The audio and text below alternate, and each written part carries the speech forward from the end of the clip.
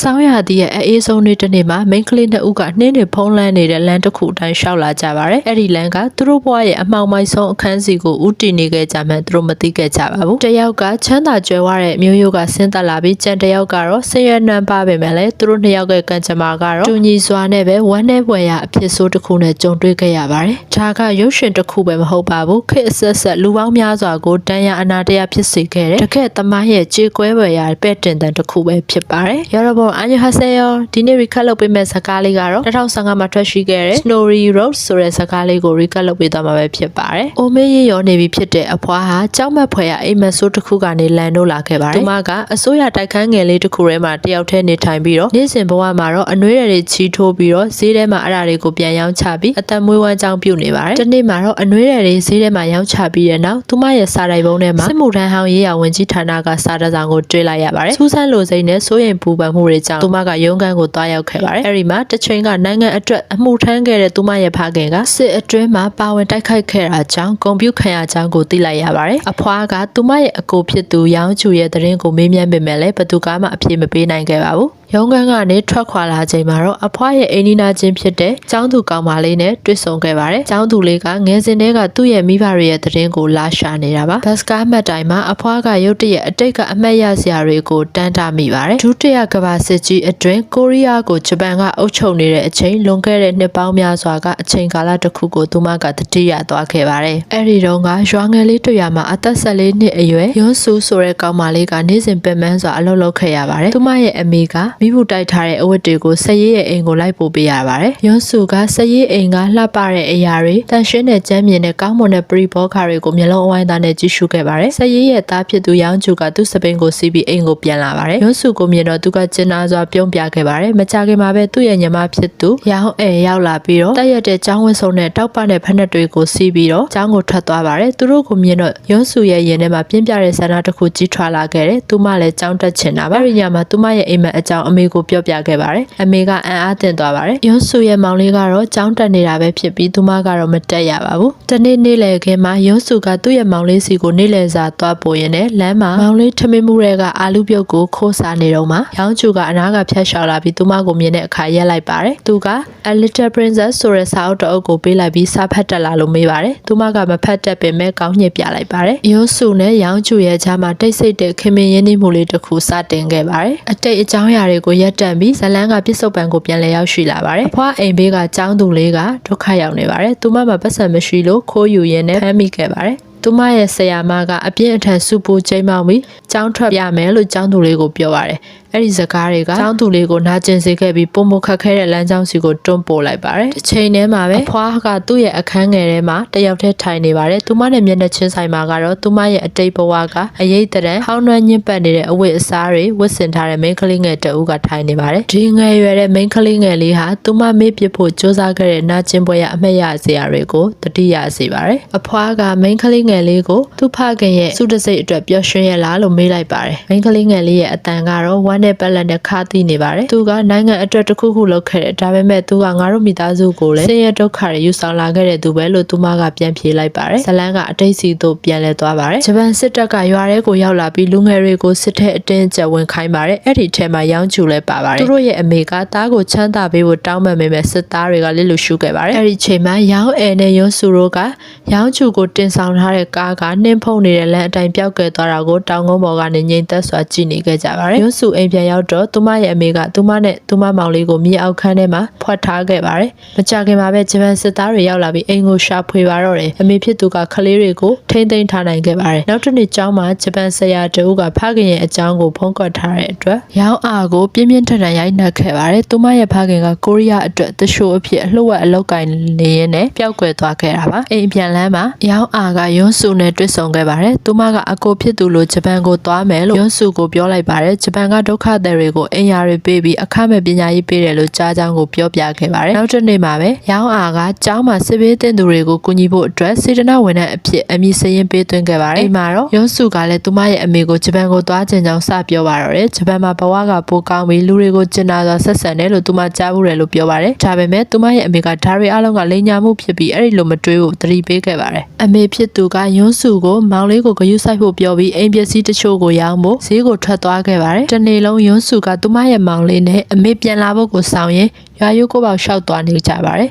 ရုတ်တရက်ယွန်းစုရဲ့ရှေ့မှာကားတစ်စီးရလိုက်ပါတယ်ကားပေါ်ကဆင်းလာတဲ့အမျိုးသားတအုပ်ကပိုကောင်းတဲ့ဘဝကိုလိုချင်လားလို့မေးပါတယ်သူကဂျပန်သွားဖို့ကူညီပေးနိုင်ကြောင်းကိုလည်းပြောတယ်အဲ့ဒီမှာယွန်းစုကကြောက်လန့်တကြားနဲ့အတက်နိုင်ဆုံးအိမ်ပြန်ပေးခဲ့ပါတယ်အဲ့ဒီညမှာကလေးတွေကဘိုက်စားပြီးအိပ်ပျော်နေတော့မှလူဆိုးကသူတို့အိမ်ထဲကိုဖောက်ထွင်းဝင်ရောက်လာပြီးယွန်းစုကိုခေါ်သွားခဲ့ပါတယ်သူမရဲ့မောင်လေးကသူမရဲ့နာမည်ကိုတကြောကြောအော်ခေါ်ခဲ့ပေမဲ့သူမပျောက်ကွယ်သွားခဲ့ပါပြီယွန်းစုကနိုးလာတဲ့အခါမှာမင်းကလေးတွေအပြစ်ပါတဲ့ယထာတစ်စီးပေါ်မှာသူမကိုတွေ့လိုက်ရပါတယ်ခဏအကြာမှာတော့ယထာကရက်ပြီးမင်းကလေးတွေထက်ရောက်လာပါတယ်အဲ့ဒီအထဲမှာရောင်းအားလည်းပါဝင်ခဲ့ပါတယ်ယွန်းစုကရောင်းအားကိုတွေ့လိုက်ရတဲ့အတွက်တုံ့လှုပ်သွားပါတယ်ရောင်းအားကဂျပန်စစ်တပ်အတွက်အလုပ်လုပ်ဖို့စေတနာဝန်ထမ်းလာခဲ့တာပါလို့စစ်သားတွေကိုဂျပန်လိုအော်ပြောခဲ့ပေမဲ့ဘသူကမှနားမထောင်ခဲ့ပါဘူးရောင်းအားဒီလောက်ကြောက်နေတာကိုမြင်လိုက်ရတော့ယွန်းစုကပိုးလို့တောင်ကြောက်ရွံ့သွားခဲ့ပါတယ်ယထာရဲ့တင်းငယ်တဲ့အပေါင်လေးကနေယွန်းစုကအပြင်လောကကိုမြင်လိုက်ရပါတယ်တောင်တန်းတွေလဲကွင်းတွေနဲ့သူမတို့မသိတဲ့နေရာတွေကိုယထာကအလင်းမြန်ခုံမောင်းနေပါတယ်ဘဲကိုသွားနေမှန်းသူတို့ဘသူမှမသိခဲ့ပါဘူ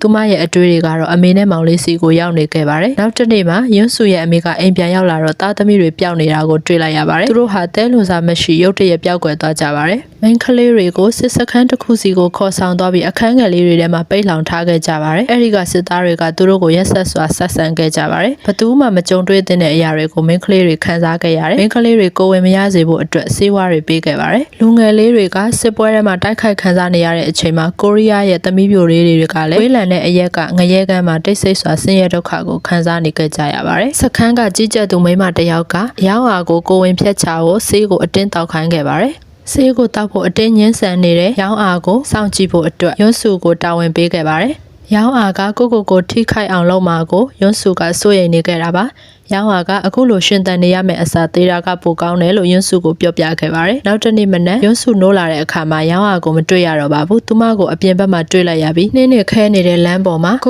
ုအဆုံးစီရင်ဖို့လုပ်နေခဲ့ပါတယ်ယွန်းစုကသူမကိုတားဆီးဖို့ကြိုးစားပေမဲ့စစ်သားတွေကသူတို့ကိုဖမ်းမိပြီးအထက်မှာပြန်ပိတ်ထားခဲ့ပါတယ်အေးဆက်တဲ့အမှောင်ညတွေမှာမိန်းကလေးတွေဟာရံပေါ်ခောက်ပြီးစကားတွေပြောပြီးတယောက်နဲ့တယောက်နှစ်သိမ့်ခဲ့ကြပါတယ်နာကျင်မှုတွေကြားကနေပဲယွန်းစုနဲ့ရောင်းအားကပိုပြီးရင်းနှီးလာခဲ့ကြပါတယ်သူတို့ကတယောက်ကိုတယောက်ကိုညီပေးနိုင်တဲ့တငယ်ချင်းတွေဖြစ်လာခဲ့ကြပါတယ်စခန်းထဲကတိတ်ဆိတ်တဲ့ညမှာယွန်းစုကရောင်းအားရဲ့အကိုတစ်ချိန်ကသူမကိုပေးခဲ့တဲ့စာအုပ်ကိုရောင်းအားကိုပေးလိုက်ပါတယ်သူမရဲ့ဆရာမဖြစ်ပြီးဖို့ယွန်းစုကတောင်းဆိုခဲ့ပါတယ်အဲ့ဒီစာအုပ်ကိုသုံးပြီးယွန်းစုကစာဖတ်တတ်အောင်လို့တဖြည်းဖြည်းသင်ယူခဲ့ပါတယ်။တနေ့နေ့လေခင်အဝတ်တွေလှမ်းနေတော့ယွန်းစုကကိုရီးယားနယ်စပ်ကဒီနေရာနဲ့တိတ်မဝေးဘူးလို့ကြားကြောင်းရောင်းအားကိုပြောပြခဲ့ပါတယ်။အဲဒီနောက်အခြေအနေအချိန်ခါကိုကြည့်ပြီးတော့သူတို့ထွက်ပြေးနိုင်မယ်ဆိုပြီးတော့နှစ်ယောက်သားတီးတို့တိုင်ပင်ခဲ့ကြပါတယ်။ပြစ္ဆုတ်ပံကာလကိုပြန်လည်ရောက်ရှိလာပါတယ်။ဖွားကရဲစခန်းကနေဖုန်းခေါ်ဆိုမှုတစ်ခုလက်ခံရရှိခဲ့ပါတယ်။ကျောင်းသူလေးကဒုက္ခရောက်နေပြီးသူ့မှာခေါ်ဖို့ဘယ်သူမှမရှိတာကြောင့်ပါ။အဖွားကရဲစခန်းကိုသွားပြီးကျောင်းသူလေးကိုအင်ခေါ်လာခဲ့ပါတယ်။မှောင်မိုက်ပြီးမျောလင်းချက်မဲ့နေပေမဲ့အဖွားကသူ့မအတွက်အလင်းရောင်ဖြစ်လာဖို့ဆုံးဖြတ်လိုက်ပါတယ်။ယွန်းစုက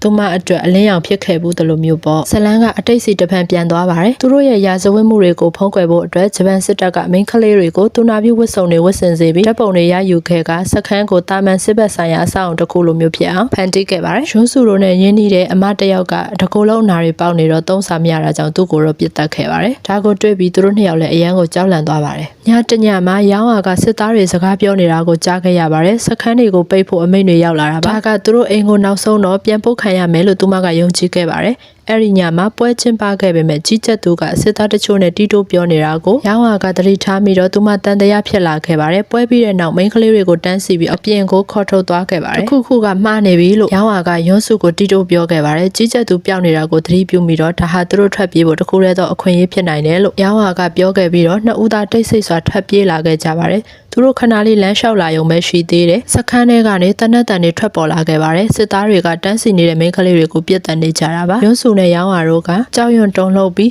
အတန်တွေနဲ့ခဝေးအထိပြေးနေခဲ့ကြပါတယ်မနက်ခင်းရောက်လာတဲ့အခါမှာနေအောင်ကြီးကသူတို့ရဲ့မျက်နှာတွေကိုထိတွေ့ခဲ့ပြီးမျောလင်းချက်သေးသေးလေးပြန်ရလာခဲ့ပါတယ်ရောင်းအားကလွတ်မြောက်ပြီးတာနဲ့သူမရဲ့အကိုနဲ့လက်ထပ်နိုင်တယ်လို့သူသဘောတူတယ်လို့ပြောခဲ့ပါတယ်သူတို့နှစ်ယောက်ကပိုဝေးရှောက်ပြီးတဲ့နောက်မှာပင်မနွမ်းနယ်လာတဲ့အတွက်ထိုင်နာခဲ့ကြပါတယ်အဲ့ဒီအခါမှာယွန်းစုကရောင်းအားရဲ့ပခုံးပေါ်မှာသွေးတွေတွေ့လိုက်ရပါတယ်သူမရင်နဲ့နင်းမွန်းသွားခဲ့ပါတယ်ရောင်းအားကထွက်ပြေးနေစဉ်မှာအပြစ်ခတ်ခံရတာကိုဖုံးကွယ်ထားခဲ့တာပဲဖြစ်ပါတယ် ဖြော့တော့နေတဲ့အပြုံးတွေနဲ့ရောင်းဝါကကျလာတဲ့နှင်းတွေကသူမရဲ့အမေချုပ်ပေးဖို့တဲ့ခွန်းဆောင်တွေကိုသတိရကြောင်းပြောခဲ့ပါတယ်။သူမပင်ပန်းပြီးနားကျင်တယ်လို့ပြောလိုက်တယ်။ရောင်းဝါကစခန်းမှာသူမတို့အုပ်စုအတူတူရိုက်ထားတဲ့ဓာတ်ပုံတစ်ပုံကိုရုံးစုကိုပေးလိုက်ပြီးအဖြစ်အပျက်တွေကိုဘယ်တော့မှမေးလို့မရဘူးလို့တိုးတိုးလေးပြောခဲ့ပါတယ်။ခဏအကြာမှာတော့သူမအသက်မရှိတော့ပါဘူး။ရုံးစုကတယောက်တည်းခရီးဆက်ခဲ့ပါတယ်။စာလောင်ရေငတ်ပင်ပန်းနွမ်းနယ်စာနဲ့သူမကရပောင်းများစွာလမ်းလျှောက်ပြီးနောက်ဆုံးမှာတော့သူမရဲ့ရွာကိုရောက်ရှိခဲ့ပါတယ်။သူမထွက်ခွာပြီးခဲ့တဲ့နောက်တစ်နှစ်ပြည့်ခဲ့ပါပြီ။ရွာကတိတ်ဆိတ်ပြီးပျက်စီးနေပါတယ်။သူမရဲ့အမေနဲ့မောင်လေးအရေးအယောင်ကိုလည်းမတွေ့ခဲ့ရပါဘူး။စစ်ပွဲပြီးတဲ့နောက်မှာအစိုးရရုံးတွေမှာ